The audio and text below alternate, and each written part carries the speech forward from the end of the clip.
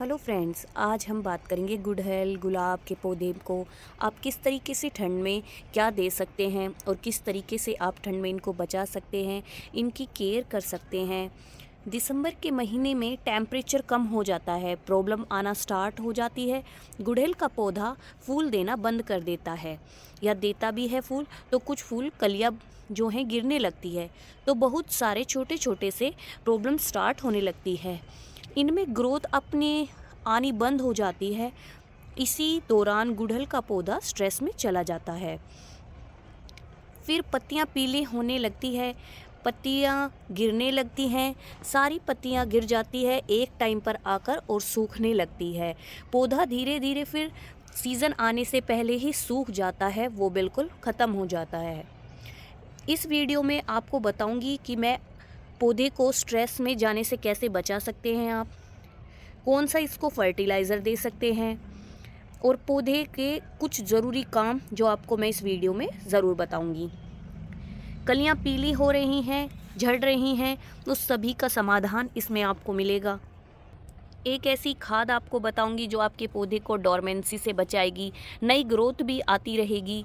First tip ये है कि आप जो है जितनी अच्छी धूप में अपने पौधे को रखेंगे उतना आपके पौधे के लिए बेहतरीन होगा।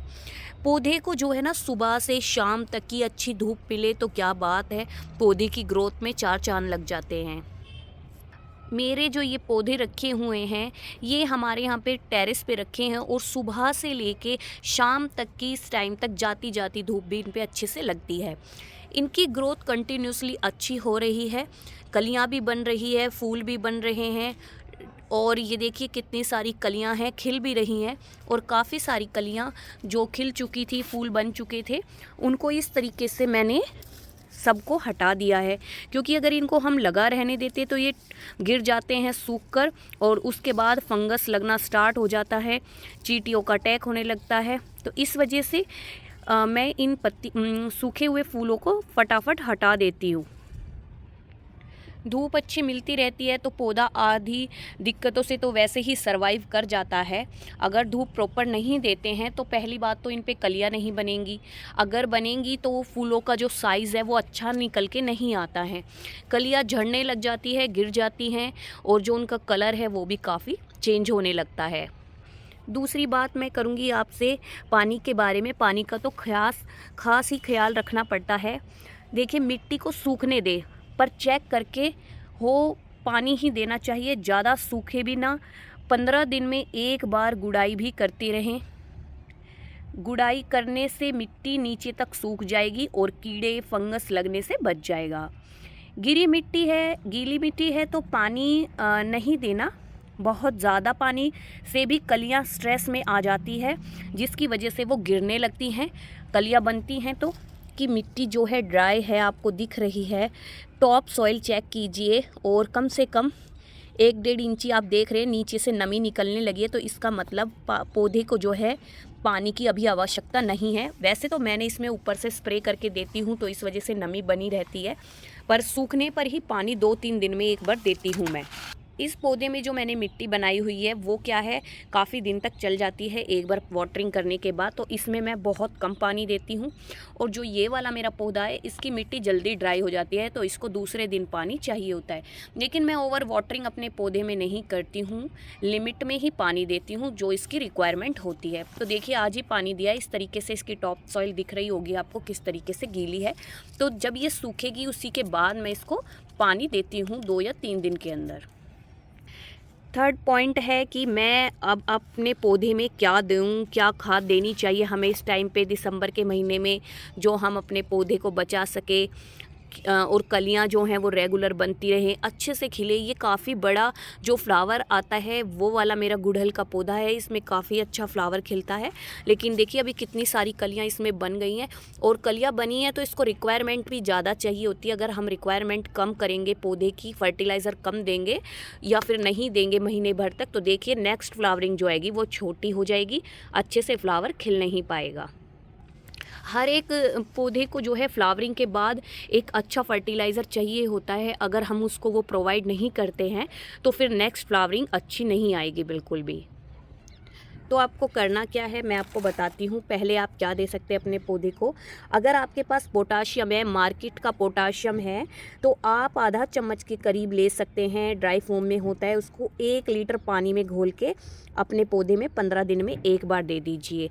मेरे पास ये कुछ दानेदार फॉर्म में है तो मैं इनको दे देती हूँ। अभी मैंने डाले हैं, तो इस तरीके से आप 10 से 12 दाने चम्मच के अकॉर्डिंग इस करीब इतने अपने पौधे में डाल दीजिए मिट्टी में।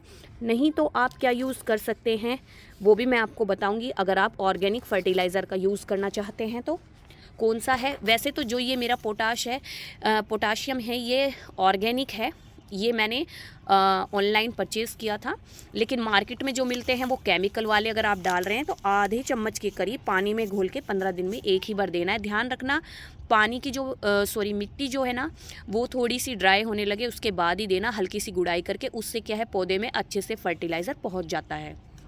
पोटाशियम पौधे के लिए क्यों ज़रूरी है ये तो आपको पता ही होगा। पोटाशियम फूल कलियाँ बनाने में, ग्रोथ करने में काफ़ी अच्छा होता है। पौधे की जो ग्रोथ है वो उसी के कारण होती है, और जो फूल हैं वो पोटाशियम अच्छी मात्रा में देंगे तभी कलियाँ अच्छे से बन के निकलती है। फिर नेक्स्ट हम देंगे सीवीड फर्टिलाइज़र। सीवीड फर्टिलाइज़र महीने में एक ही बार आपको देना है, और उसको वो जो है ना पौधे में एक टॉनिक का काम करता है जो पौधे को स्ट्रेस में जाने से बचा लेता है।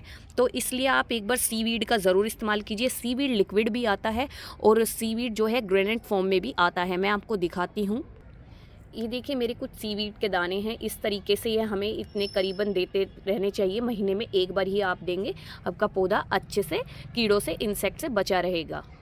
अब मैं बात करती हूँ होममेड फर्टिलाइज़र कौन सा आप दे सकते हैं अपने पौधे के लिए। तो चलिए, आप होममेड फर्टिलाइज़र में जो मेरे गाजर के, प्याज के, आलू के और संतरे के हैं, ये सभी छिलकों को मैं इस तरीके से ड्राई कर लेती हूँ। मैंने अपने पॉट, मिट्टी में, खाद वगैरह में डाल के रखती हूँ।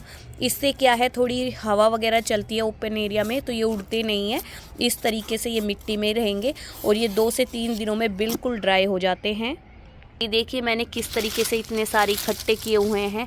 अब इनको क्या करना है, मिक्सी में मैं पीस लेती हूँ। और कौन कौन से छिलके पीसूँगी मैंने जो है बनाना पील के भी छिलके रखे हुए हैं। तो मैं 1 चम्मच के करीब बनाना पील फर्टिलाइज़र जो ड्राई फॉर्म में है, और प्लस उसमें अगर आप डालना चाहे तो ऑरेंज पील के फर्टिलाइज़र भी यूज़ कर सकते हैं इनको ड्राई करके।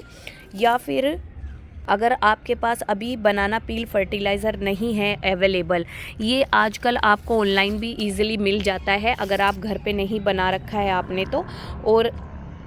और आप क्या कर सकते हैं, प्याज के और आलू के छिलके ले लीजिए बस, और उनको भी अगर आप सुखा के और फिर उसका पाउडर बना के 2-3 चम्मच अपने गमले की पौधे की मिट्टी में अगर मिक्स कर देते हैं ना 15 से 20 दिन में एक बार, तो पौधे की ग्रोथ बहुत अच्छी होगी।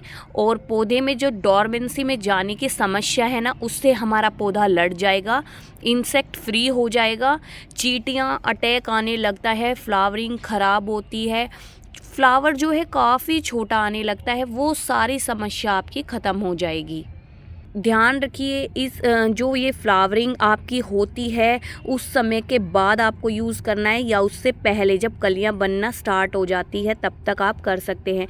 क्योंकि अभी आप कलियां बनने के दौरान पे देंगे तो वो इतना अच्छा रिज़ल्ट नहीं दिखाएगा। जैसे ही कलियां या ग्रोथ आपकी स्टार्ट होती आनी तभी आप देंगे तो बहुत अच्छा रिज़ल्ट आपको मिल जाएगा। इसीलिए मैंने आपको 15 दिन के अंदर बोला है डालने के लिए, दोबारा से रिपीट करने के लिए। उससे आपका पौधा डॉर्मेंसी में नहीं जाएगा और फ्लावरिंग जो है रेगुलर कंटिन्यूसली आती रहेगी। ये देखिए मेरा हाइब्रिड वैरायटी के हैं ये सभी मेरे गुड़हल के पौधे, ये सभी हाइब्रिड है। ये मेरा थोड़ा लाइट बेबी पिंक कलर में है, ये पिंकिश डार्क में है, और ये येलो कलर में है। मैं फ्लावर की फ़ोटोज़ स्क्रीन पे डाल दूँगी, आप देख सकते हैं किस तरीके से कितने प्यारे फ्लावर इनमें निकलते हैं। अगर आपके पौधे में इस तरीके से देखिए कुछ कलियां बनती हैं इन पे, इस तरीके के से इंसेक्ट आना स्टार्ट कर देते हैं। अगर इससे आपको बचना है तो सिर्फ आप क्या काम कर सकते हैं, जो लगभग कलियां क्लियर है, सिर्फ एक ये छोड़ी है आपको दिखाने के लिए कि कौन सा स्प्रे आप कर सकते हैं इसको बचाने के लिए। तो जो फिटकरी आती है ना, उसको थोड़ी देर के लिए पानी में 1 चुटकी के करीब घोल दीजिए एक गिलास में, वो बिल्कुल डिज़ोल्व हो जाएगी। उसके बाद उसको आप बोतल में पानी और ऐड करके उसका स्प्रे कर दीजिए। 2-3 बार करने से ये बिल्कुल गायब हो जाएंगे।